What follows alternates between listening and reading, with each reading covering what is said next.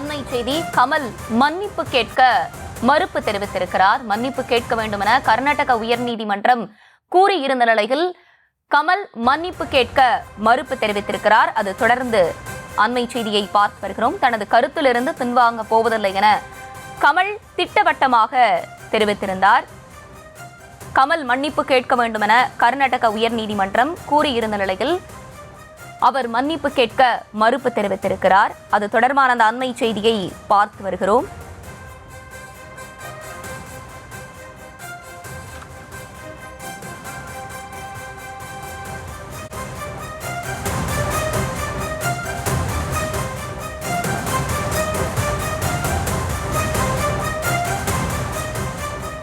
மணிரத்னம் இயக்கத்தில் கமல் நடிப்பில் உருவாகியுள்ள தக் லைஃப் திரைப்படம் வரும் 5ஆம் தேதி உலகம் முழுவதும் வெளியாக இருக்கக்கூடிய நிலையில் சென்னையில் நடந்த இசை வெளியீட்டு விழாவில் பேசிய கமல் தமிழில் இருந்து பிறந்தது கன்னடம் என கூறியிருந்தார். இதனைத் தொடர்ந்து கர்நாடகம் முழுவதும் எதிர்ப்பு கிளம்பிய நிலையில் கமல் மன்னிப்பு கேட்க வேண்டும் என கன்னட அமைப்புகள் வலியுறுத்தி வந்த நிலையில் தற்போது கர்நாடக உயர்நீதிமன்றம் கூறியிருந்தது, கமல் மன்னிப்பு கேட்க வேண்டும் என கூறியிருந்தது. தற்போது அவர் மன்னிப்பு கேட்க மறுப்பு தெரிவித்திருக்கிறார்.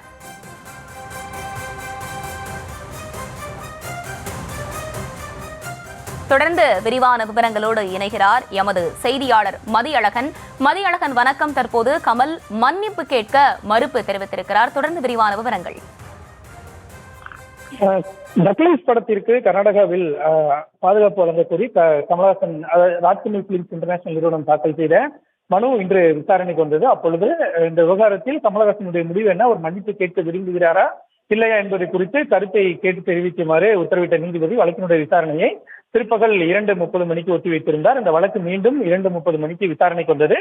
அப்பொழுது கமலஹாசன் தரப்பில் அதாவது ராஜ்கமல் பிலிம்ஸ் இன்டர்நேஷனல் நிறுவனம் தரப்பில் ஆஜரான வழக்கறிஞர் கமலஹாசன் சார்பில் கர்நாடக திரைப்பட வர்த்தக சபைக்கு எழுதப்பட்டிருந்த அந்த கடிதத்தை சமர்ப்பித்தார். அந்த கடிதத்தை படித்த வழக்கறிஞர் கன்னட மொழி மீது எவ்வளவு பாசம் வைத்திருக்கிறேன் என்பதை கமலஹாசன் அந்த கடிதத்தில் குறிப்பிடப்பட்டிருப்பதாக அவர் தெரிவித்தார். இதனை அடுத்து நீதிபதி அந்த கடிதம் எழுதியது பரவாயில்லை என்றாலும் கூட அந்த கடிதத்தில் மன்னிப்பு என்ற ஒரு வார்த்தை இடம்பெறவில்லையே என்று குறிப்பிட்டிருந்தார். அதற்கு பதிலளித்த ராஜ்கமல் பிலிம்ஸ் வழக்கறிஞரை பொறுத்தவரை கமலஹாசனுடைய இந்த கருத்து என்பது யாரையும் கொச்சைப்படுத்தும் நோக்கத்துடனோ அல்லது அவமதிப்பு செய்யும் நோக்கத்துடனோ இல்லை, அந்த விழாவில் கலந்து கொண்டிருந்த கர்நாடக சூப்பர் ஸ்டார் சிவராஜ்குமாரை வரவேற்கும் நோக்கில்தான் அந்த கருத்து தெரிவிக்கப்பட்டது என்ற ஒரு கருத்தை தெரிவித்திருந்தார். மேலும் கர்நாடக மொழி மீதான ஒரு அன்பின் வெளிப்பாடாக தான் அந்த கருத்து தெரிவிக்கப்பட்டிருந்தது. எனவே அந்த கருத்திற்கு கமலஹாசனை பாராட்ட வேண்டும் என்ற ஒரு கருத்தை தெரிவித்தார். அப்பொழுது நீதிபதியை பொறுத்தவரை இருந்தாலும் அந்த கடிதத்தில் கமலஹாசனுடைய அந்த கடிதத்தில் மன்னிப்பு என்ற ஒரு வார்த்தை இடம்பெற வேண்டும் என்று குறிப்பிட்டார். அதற்கு பதிலளித்த ராஜ்கமல் பிலிம்ஸ் வழக்கறிஞர் மன்னிப்பு இடம்பெற வேண்டும் என்று கட்டாயப்படுத்த முடியாது என்ற ஒரு கருத்தை தெரிவித்தார். அதற்கு நீதிபதி அது கட்டாயம் என்றெல்லாம் இல்லை, நீங்கள் மன்னிப்பு என்று கேட்டினால் மன்னிப்பு என்ற ஒரு வார்த்தை இருந்தால் அது ஒரு நல்ல நடவடிக்கையாக இருக்கும் என்று தெரிவித்தார். மேலும் நீதிபதியை பொறுத்தவரை அதாவது ஒரு கருத்தை அந்த கருத்துக்கு விளக்கம் அளிப்பதற்கு பல வழிகள் இருக்கின்றன. அதில் ஒரு வழி என்பது மன்னிப்பு கோருவது. நீங்கள் ஏன் அதனை கேட்கலாமே என்றனர். அதுக்கு ராஜ்கமல் பிலிம்ஸ் தரப்பு வழக்கறிஞர் கன்னட மொழி மீது மிகுந்த மரியாதை இருப்பதாக குறிப்பிட்டார். மேலும் இதில் இந்த விவகாரத்தில் இதற்கு மேல் கூறுவதற்கு ஒன்றும் இல்லை என்றும் இதில் அதாவது தவறான நோக்கத்துடன் பேசப்பட்டிருந்தால் மட்டுமே மன்னிப்பு கேட்க வேண்டும். ஆனால் இந்த விவகாரத்தில் கமலஹாசனுடைய கருத்தானது தவறாக புரிந்து கொள்ளப்பட்டு இருக்கிறது என்று தெரிவித்தார். அதற்கு பதிலளித்த மீண்டும் கேள்வி எழுப்பிய நீதிபதி, நீங்கள் உங்கள் ஈகோவில் தொடர்ந்து நிற்க விரும்புகிறீர்களா என்ற ஒரு கேள்வியை எழுப்பினார். இதில் ஈகோவெல்லாம் ஒன்றுமில்லை என்று ராஜ்கமல் பிலிம் சார்பில் தெரிவிக்கப்பட்டது. இதனையடுத்து நீதிபதியை பொறுத்தவரை கமலஹாசனாக இருக்கலாம், யாராக இருந்தாலும் ஒரு பெரும்பான்மை மக்களினுடைய உணர்வுகளை காயப்படுத்தக்கூடாது. இந்த விவகாரத்தினுடைய இந்த கொதிநிலையை தற்பொழுது நீங்கள் புரிந்து கொள்ள வேண்டும். மன்னிப்பு என்ற ஒரு வார்த்தை அனைத்தையுமே இந்த பிரச்சனையை ஒண்ணும் இல்லாமல் ஆக்கிவிடும். எனவே நீங்க மன்னிப்பு கேட்கலாமே என்று நீதிபதி கேட்டதற்கு மன்னிப்பு கேட்க முடியாது, இந்த விவகாரத்திலிருந்து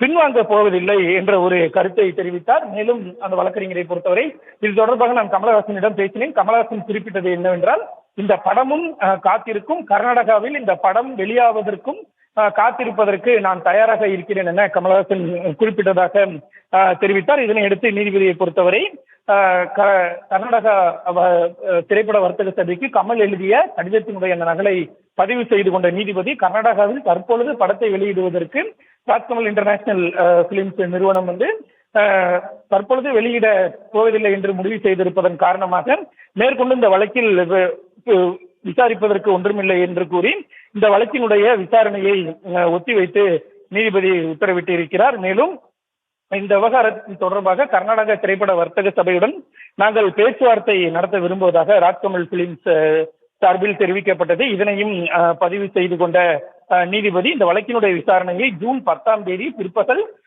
3:30 மணி வரை ஒத்திவைத்திருக்கிறார். அதுவரைக்கும் அதாவது நீதிமன்றம் இந்த படம் வெளியிடப்படாது என்ற ஒரு ராஜ்கமல் பிலிம்ஸ் நிறுவனத்தினுடைய அந்த உத்தரவாதத்தையும் நீதிபதி பதிவு செய்திருக்கிறார். இந்த விவகாரத்தில் கர்நாடக அரசு டிஜிபி உள்ளிட்டோர் பதிலளிக்கவும் நோட்டீஸ் பிறப்பித்திருக்கக்கூடிய நீதிபதி வழக்கினுடைய விசாரணையை ஒத்திவைத்தார். இதனையடுத்து இந்த வழக்கின் விசாரணை ஜூன் 10ஆம் தேதிக்கு ஒத்திவைக்கப்பட்டிருக்கிறது. அதற்குள்ளாக இந்த விவகாரத்தில் என்ன முடிவெடுக்க போகிறார்கள், இருதரப்பும் அமர்ந்து பேசி என்ன முடிவெடுக்க போகிறார்கள் என்பதை நீதிமன்றத்தில் தெரிவிக்கவும் நீதிபதி உத்தரவிட்டிருக்கிறார்.